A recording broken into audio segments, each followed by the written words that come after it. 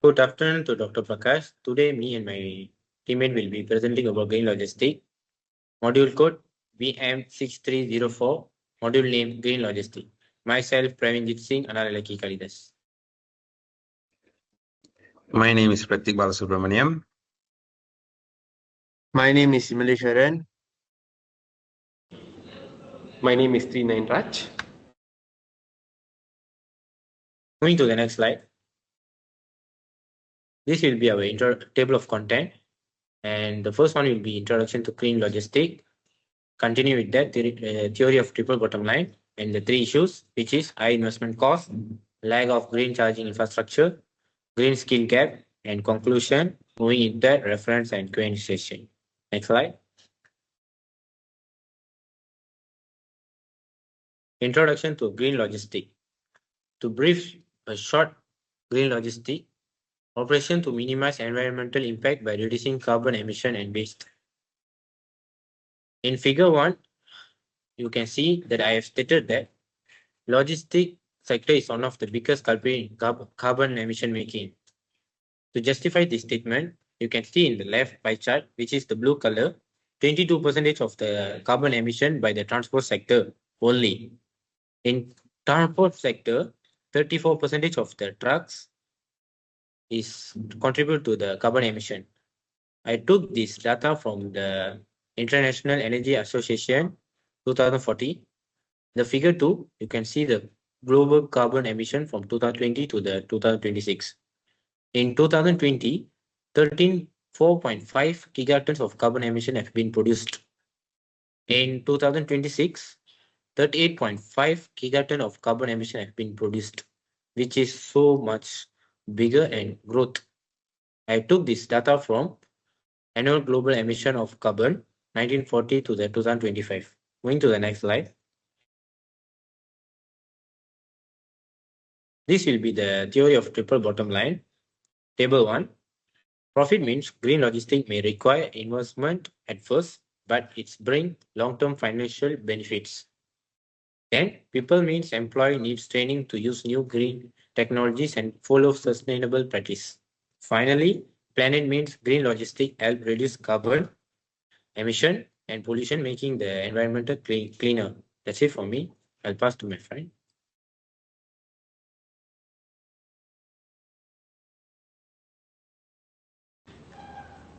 Good afternoon, Dr. Prakash. Now I'll explain one of the bigger challenges in implementing green logistics, which is high investment costs.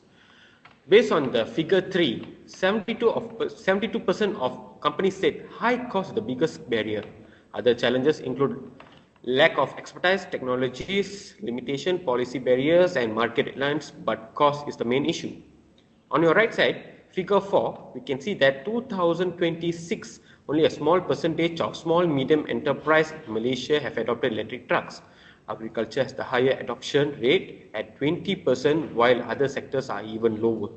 It shows that many companies want to go green, but they cannot afford to the high upfront investment. They need to spend a lot of money in electric truck charging infrastructure and upgrading their operation. Therefore, high investment costs remains the biggest obstacles to green logistics. Moving to the second slide, which is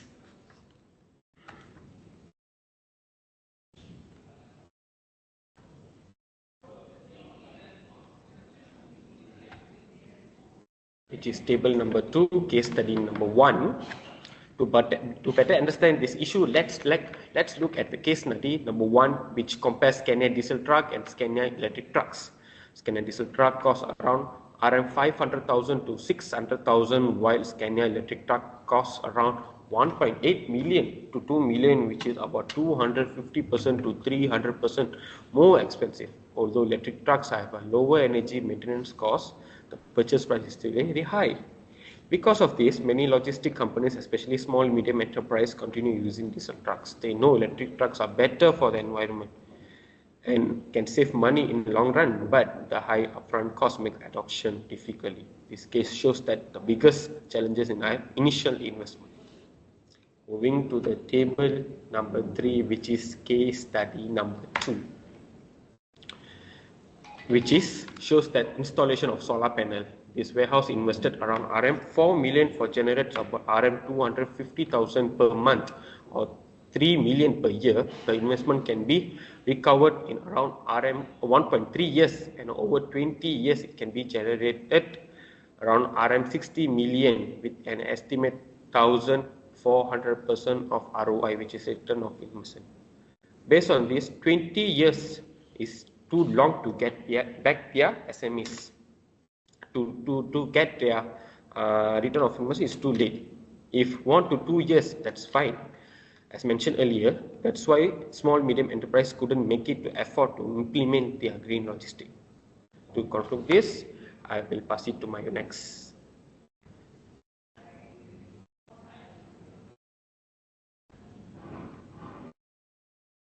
Hello everyone. Now I'll explain the first challenge, which is the lack of charging infrastructure for commercial EVs in Malaysia. Firstly, Malaysia has only one truck-ready charging hub, which is not enough for long-distance transport. Secondly, electric trucks have 300 to 500 kilowatts batteries, so they need high-power chargers. And finally, charging takes around 1 to 2 hours, and charger failures can delay deliveries. Overall, limited charging infrastructure reduces delivery efficiencies and slows the growth of commercial EVs in Malaysia. Next slide.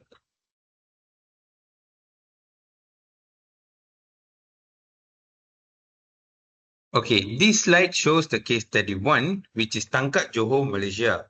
Firstly, let's look at the figure 5 on the left. In the past 3 years, EV commercial vehicles is increasing to 776 that are registered throughout Malaysia in 2026. But in the same 3 years, if you can see in table 4, public charging for commercial EV vehicles is 1, and it is at Tangkat Johor. So regarding to the ratio 1 for 776 EV commercial vehicles, everyone gets to go Tangkat Johor Baru to charge? No, not exactly. What I'm trying to say is, for the 776 EV commercial vehicles, they only have implemented one commercial public charging station, and it is in Tangkat Johor Baru. All this figure 5 and table 4 was taken from the source of Government of Malaysia. Next slide.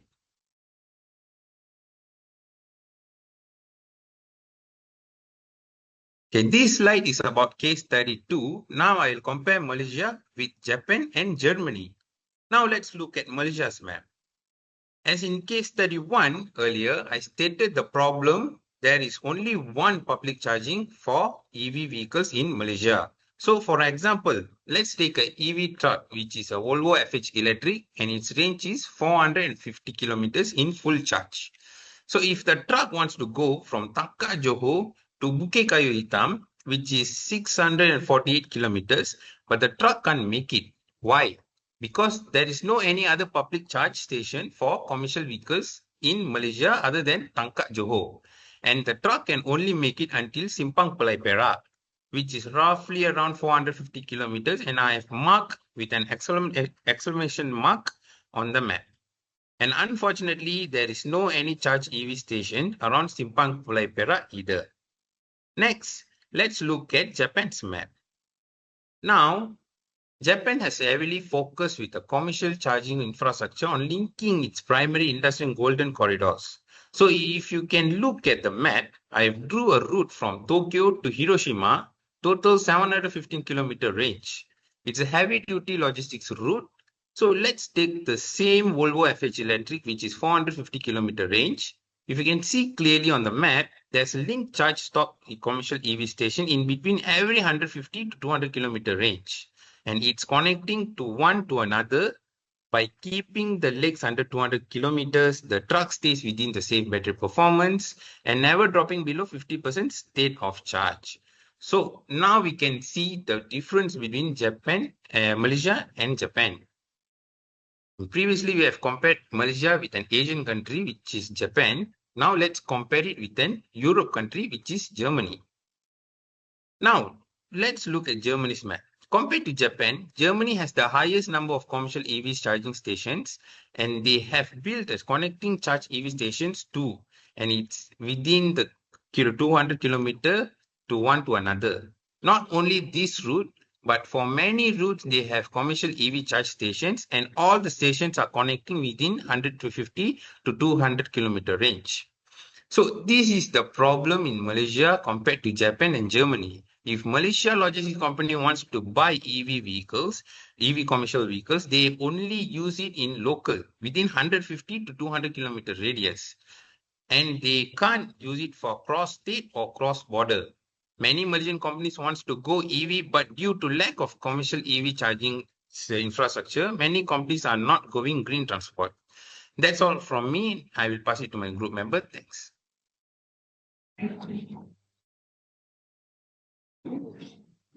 Now I'll be explaining about skill gap.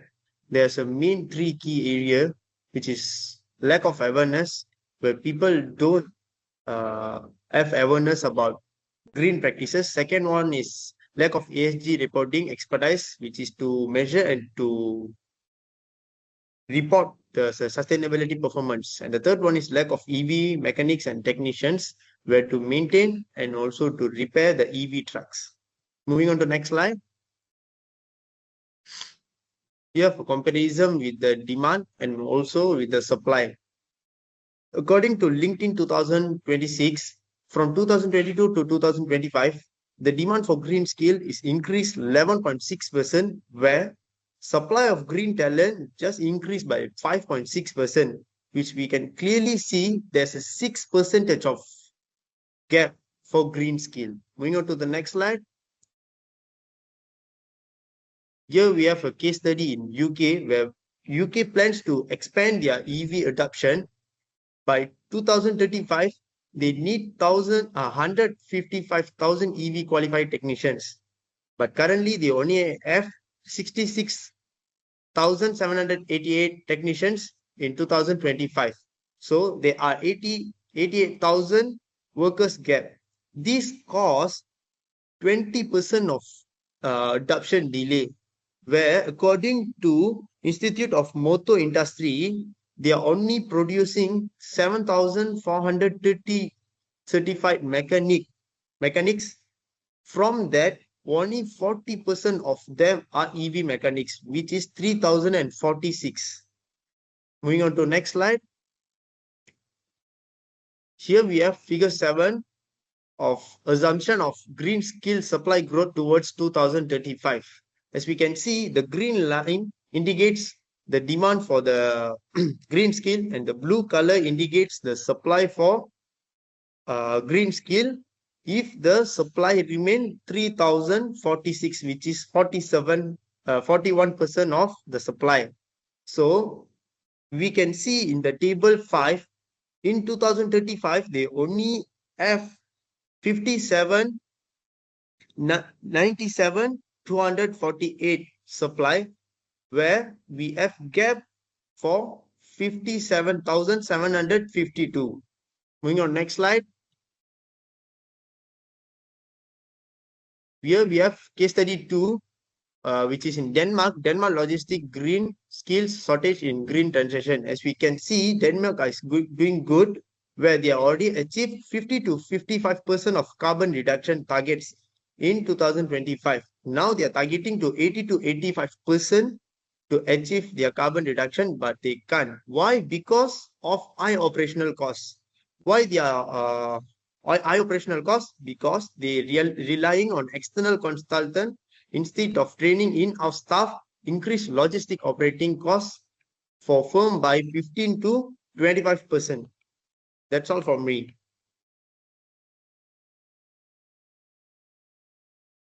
To conclude, green logistics is becoming more important for the future of the logistic industry. Although companies face challenges like high costs, green skill gaps, and lack of charging infrastructure, long-term benefits include alignment with a triple bottom line, people, planet, and profit. This problem can be solved with a proper planning and support. Going to the next slide. This will be our references. Next slide. Next slide. Thank you. That's it from us. Okay, so one of you to answer me here. From the 3 issues, which issue is the biggest barrier for any logistics company to go green? So for me, I will say skill gap because high investment cost and also lack of infrastructure. A lot of people aware of it, but skill gap for now, a lot of people don't aware of the skill gap. That's all for me. Okay, all right. Thank you. I stop here.